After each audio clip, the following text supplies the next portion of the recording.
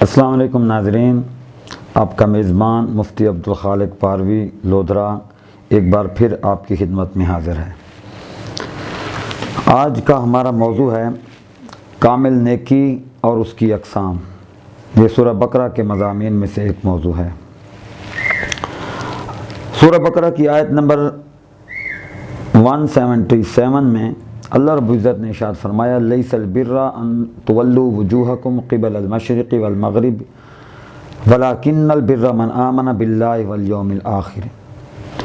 نیکی صرف یہ نہیں ہے کہ مشرق و مغرب کی طرف رخ کر کے عبادت کرنا، بلکہ نیکی یہ ہے من آمن باللہ والیوم الآخر، اللہ پر ایمان لانا، آخرت پر ایمان لانا، اس کے تمام جو صفات ہیں ان پہ ایمان لانا، اس کے نبیوں پر، جنت دوزخ پر، ان پر ایمان لانا۔ یہاں پر ایک نیکی یہ فرمائی اور ساتھ ہی نیکی دوسری یہ ارشاد فرمائی وآت المال، اور نیکی یہ ہے وآت المال علی حبی ذوی القربى والیتامى والمساکین وابن السبیل والسائلین وفی الرقاب، اور نیکی یہ ہے کہ اپنے رب کی محبت میں اپنا بہترین مال خرچ کرنا۔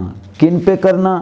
ذوی القربہ، اقربا پر، یتیموں پر، مسکینوں پر، مسافروں پر، سائلین پر اور گردنیں چھڑانے والوں پر، یعنی ان چیزوں پر اپنا مال خرچ کریں۔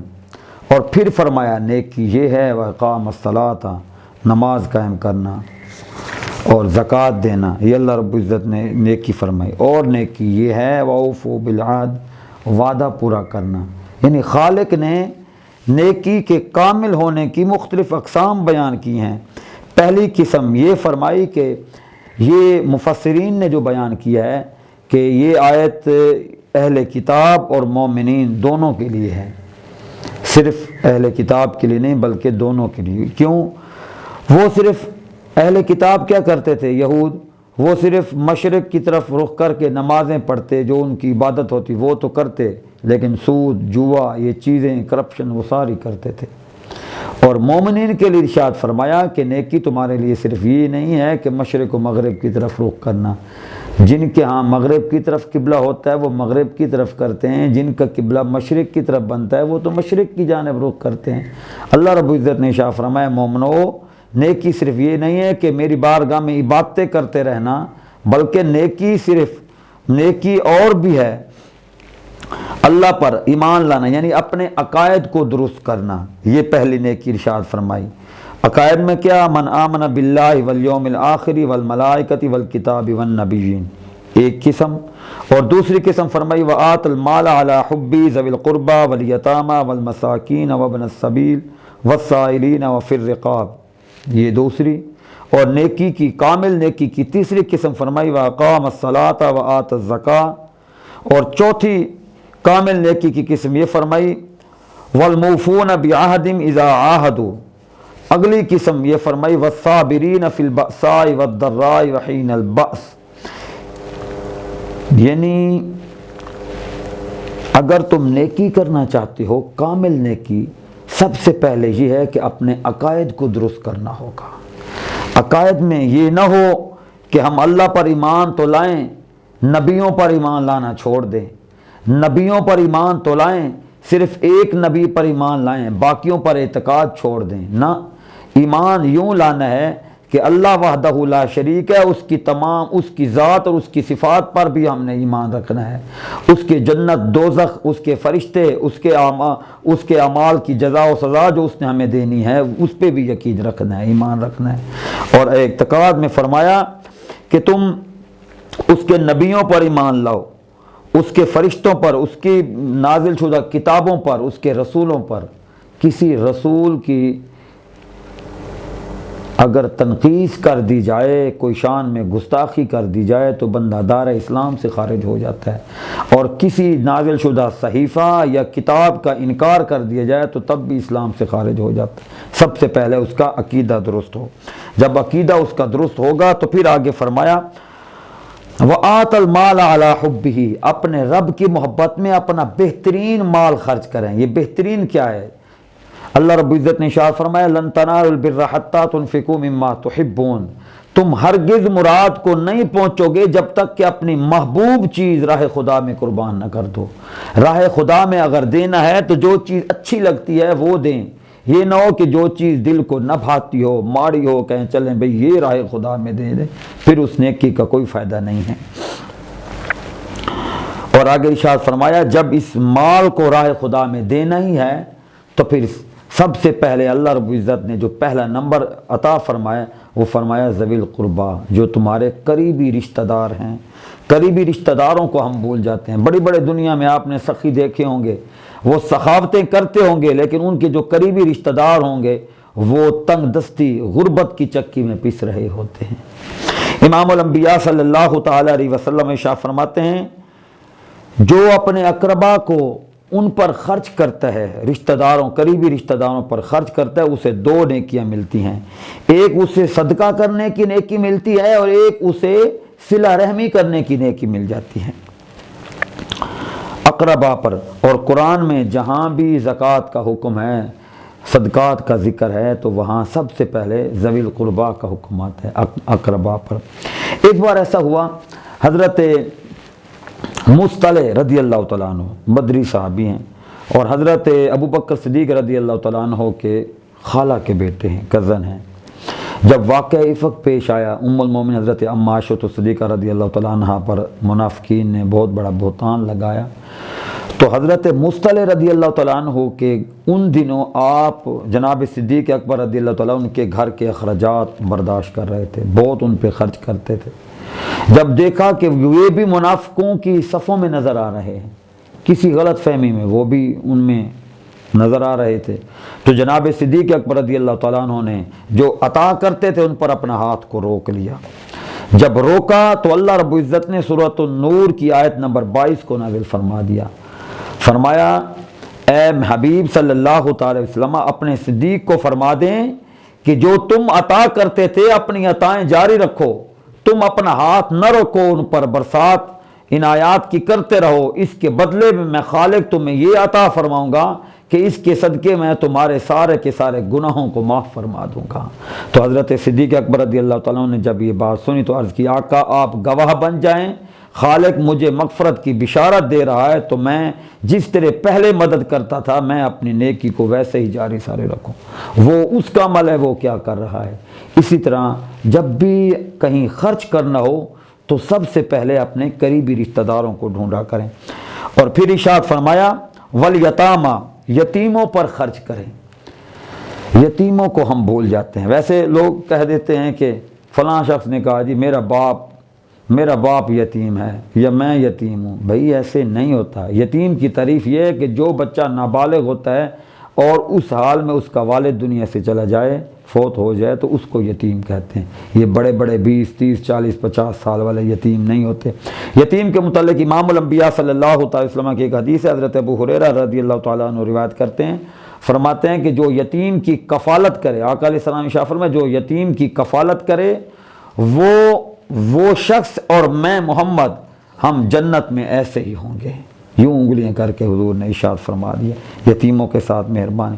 اور تیسرے مقام پر ارشاد فرمایا مساکین کے ساتھ۔ مستحقین میں تیسرا نمبر ہے مساکین کا، یعنی معاشرے کے ایسے افراد جنہیں امداد کی ضرورت ہو، وہ زکوٰۃ دینے کے اہل نہ ہوں، ان کو مساکین کہتے ہیں۔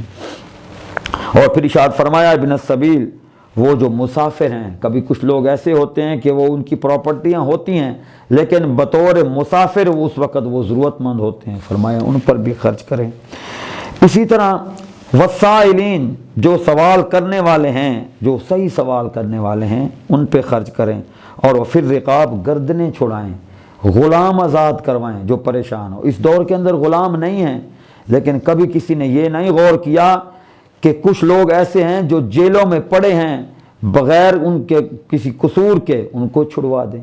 عرب شریف میں یہ طریقہ ہے کہ رمضان شریف میں لوگ اپنی زکاتیں نکالتے ہیں، قیدیوں کو چھڑاتے ہیں، ان کے مچل کے پے کر دیتے ہیں، ان کو چھڑوا دیتے ہیں۔ کاش یہاں بھی ماحول بن جائے، قیدیوں کی طرف تو کسی کی توجہ تک نہیں جاتی، اور اگر کوئی بیچارہ کسی قصور یا بغیر قصور کے جیل میں چلا جائے، لوگ اس شخص کی فیملی کے ساتھ رشتہ داریاں ختم کر دیتے ہیں اور ان کے اہل خانہ کو طعنے دیتے ہیں کہ تمہارا باپ مجرم ہے، تمہارا باپ ملزم ہے یا قیدی ہے فلاں، وہ بیچارہ وہ ان کے اہل خانہ معاشرے میں زندہ رہنے کا بھی ان سے حق چھین لیا جاتا ہے۔ یہ ظلم ہے۔ ایک تو یہ ہمیں کرنا چاہیے کہ ان کی گردنیں چھڑوائیں اور ان کے ساتھ رشتہ داریاں کریں، ان کی حوصلہ افزائی کریں۔ آپ پریشان نہ ہوں، آپ دکھی ہیں، ہم بھی آپ کے ساتھ ہیں۔ اور اسی طرح ارشاد فرمایا، دوسری آگے قسم فرمائی، وَأَقَامَ الصَّلَاةَ، کامل نیکی یہ ہے کہ نماز قائم کریں اور زکوٰۃ ادا کریں۔ مال جہاں بھی اللہ رب العزت نے نماز کا ذکر فرمایا اور ساتھ زکوٰۃ کا ذکر بھی ساتھ فرمایا۔ زکوٰۃ حدیث پاک میں ہے کہ جو شخص زکوٰۃ ادا نہیں کرتا، حضور نے ارشاد فرمایا کہ مجھے خوف ہے کہ وہ شخص یہودی ہو کر مرے یا نصرانی ہو کر مرے۔ اتنی بڑی بات فرما دی۔ حضرت سیدنا صدیق اکبر رضی اللہ تعالیٰ عنہ نے زکوٰۃ نہ دینے والوں کے ساتھ جنگ کا اعلان فرما دیا تھا۔ اور زکوٰۃ کے ساتھ ایک مسئلہ مجھے یاد آ گیا، وہ میں آپ کو بتاتا چلوں۔ کچھ لوگ کیا کرتے ہیں کہ رمضان شریف کے اندر جب بینک والے ان کی زکوٰۃ کی کٹوتی کرانے کا پلان کرتے ہیں تو یہ لوگ جا کر اپنے پیسوں کو بچانے کے لیے کیا کرتے ہیں، اب یہ میں وہ مسئلہ بتا رہا ہوں جس پر یہ مفتہ بھی قول ہے، تمام مفتیان کا اس پہ فتویٰ ہے۔ کچھ لوگ اپنے آپ کو ادھر یہودی لکھوا دیتے ہیں کہ تاکہ میں زکوٰۃ سے بچ جاؤں، کوئی اپنے آپ کو عیسائی لکھوا دیتے ہیں تاکہ میں زکوٰۃ سے بچ جاؤں، کوئی اپنے آپ کو ہندو لکھوا دیتے ہیں تاکہ میں زکوٰۃ سے بچ جاؤں، کوئی اپنے یعنی ایسے مذاہب والوں کا ذکر کرتے ہیں جن پر زکوٰۃ نہیں ہوتی۔ وہ جو شخص اس طرح کرے گا وہ فوراً دار اسلام سے خارج ہو جائے گا۔ اور مفتہ بھی قول فتویٰ ہے اس پر کہ جو ان کو مشورہ دے گا وہ مشورہ دینے والا بھی وہ دار اسلام سے خارج ہو جائے گا۔ یہ خیال کیجئے گا۔ زکوٰۃ دینے سے مال میں برکت ہوتی ہے، مال بڑھتا ہے۔ اللہ رب العزت نے قرآن پاک میں ارشاد فرمایا، وَأَوْفُوا بِالْعَهْدِ إِنَّ الْعَهْدَ كَانَ مَسْئُولًا، وعدوں کو پورا کرو، وعدے کے متعلق قیامت کے دن پوچھا جائے گا۔ اور امام الانبیاء صلی اللہ تعالی وسلم ارشاد فرماتے ہیں، لا دین لمن لا عہد لہ، جس میں عہد نہیں اس شخص کا دین نہیں۔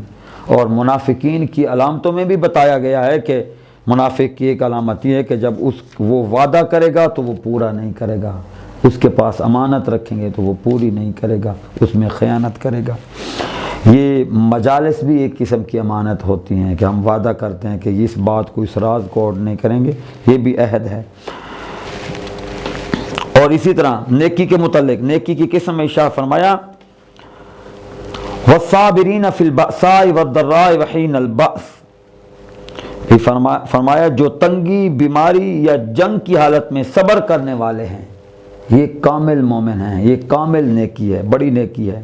اور جب یہ ساری کی ساری اللہ رب العزت نے ان نیکی کرنے والوں کا ذکر ارشاد فرما دیا، پھر آگے فرمایا اولئک الذین صدقوا، ان سارے نیکی کرنے والوں کو خالق نے ارشاد فرمایا یہی لوگ ہیں جو سچے ہیں۔ اور نہ صرف یہ جزا دی بلکہ آگے فرمایا وَأُولَئِكَ هُمُ الْمُتَّقُونَ، یہی لوگ سچے ہیں جنہوں نے سچ کر دکھایا اپنے قول و عمل میں، اور فرمایا یہی لوگ پرہیزگار ہیں۔ شروع میں ہم نے بتایا تھا کہ اللہ رب العزت نے ذکر سورہ بقرہ کے شروع میں پرہیزگاروں سے کیا۔ روزے ارشاد فرمایا تو فرمایا اسی لیے تمہیں روزے دیے تاکہ تم پرہیزگار بن سکو۔ آج کا ہمارا یہ جو کامل نیکی اور اس کی اقسام کا خالق نے یہ ارشاد فرمایا کہ تم پرہیزگار بن سکو۔ یعنی صرف یہ نہیں ہے کہ ہم نمازیں تو پڑھتے رہیں پر دل ہمارے کالے ہوں تو وہ نمازیں فائدہ نہیں دیں گی۔ ہم عبادتیں تو کریں پر ہم عبادتیں اپنے مقاصد کے لیے کریں، ہم سخاوتیں کریں پر اس میں ہمارے مقاصد چھپے ہوئے ہیں تو پھر کوئی فائدہ نہیں ہوگا۔ اگر ہم کسی کو عنایات کریں تو ہم کہیں یہ ہم اس سے ووٹ لیں گے یا اس سے کوئی مقاصد لیں گے تو پھر کوئی فائدہ نہیں ہوگا۔ نیکی کریں اللہ کے لیے، اس کے رسول کے لیے، اور کوئی مقصد نہ ہو۔ جب اس کے رسول کی رضا کی خاطر نیکی کریں گے تو خالق نے اس نیکی کرنے والے کو فرمایا اولئک الذین صدقوا، یہی وہ لوگ ہیں جنہوں نے اپنے عمل اور کام میں جو ہے نا اس بات کو سچ کر دکھایا، اور فرمایا وَأُولَئِكَ هُمُ الْمُتَّقُونَ، یہی لوگ کون ہیں؟ پرہیزگار ہیں۔ اور ہمارا یہی مفہوم ہوتا ہے کہ یہ سائنسی پہلو ہے کہ تحقیق کریں زمانے میں کہ نیک کون ہے، نیکی ہم کیسے کر سکتے ہیں، تقوی کو تلاش کریں۔ جب تقوی کے اس منصب پر پہنچ جائیں گے تو یہ ہمارا تصوف کا پہلو آ جائے گا، اور یہی ہمارا تصوف کا پہلو یہی ہے کہ کہ نیک بن جائیں۔ خالق نے یہ ارشاد فرمایا کہ بندہ تو نیک بن جا۔ جب نیک بن جاتا ہے کہ بندے اور معبود کے مابین یوں ربط ہو جاتا ہے کہ ان کا آپس میں اتنا کنیکشن ہوتا ہے کہ پھر وہ بندہ اپنے رب کے متعلق سوچ رہا ہوتا ہے، مولا میرا یہ کام ہو جائے، بس اس کا سوچنا ہوتا ہے، نظر کرنا ہوتا ہے، ابھی زبان پر الفاظ نہیں لایا ہوتا، خالق اس کی دعاؤں کو پہلے ہی قبول فرما دیتا ہے۔ جب بندہ نیکی کے اس اعلیٰ منصب پر پہنچتا ہے تو قرآن پاک میں سورہ بقرہ میں اجیب دعوت الداع اذا دعان، کہ جب وہ بندہ میری بارگاہ میں دعا مانگتا ہے تو میں رب اس کی دعا کو سنتا بھی ہوں اور قبول بھی فرما لیتا ہوں۔ دعا ہے کہ مولا ہم سب کو کامل نیکیاں کرنے کی توفیق عطا فرما، وہ نیکیاں جس کی رضا اپنے رب کی خاطر ہو۔ انہی الفاظ کے ساتھ میں آپ سے اجازت چاہتا ہوں، انشاءاللہ اگلے پروگرام میں نئے موضوع کے ساتھ آپ کی خدمت میں حاضر ہوں گے۔ آمین بجاہ النبی۔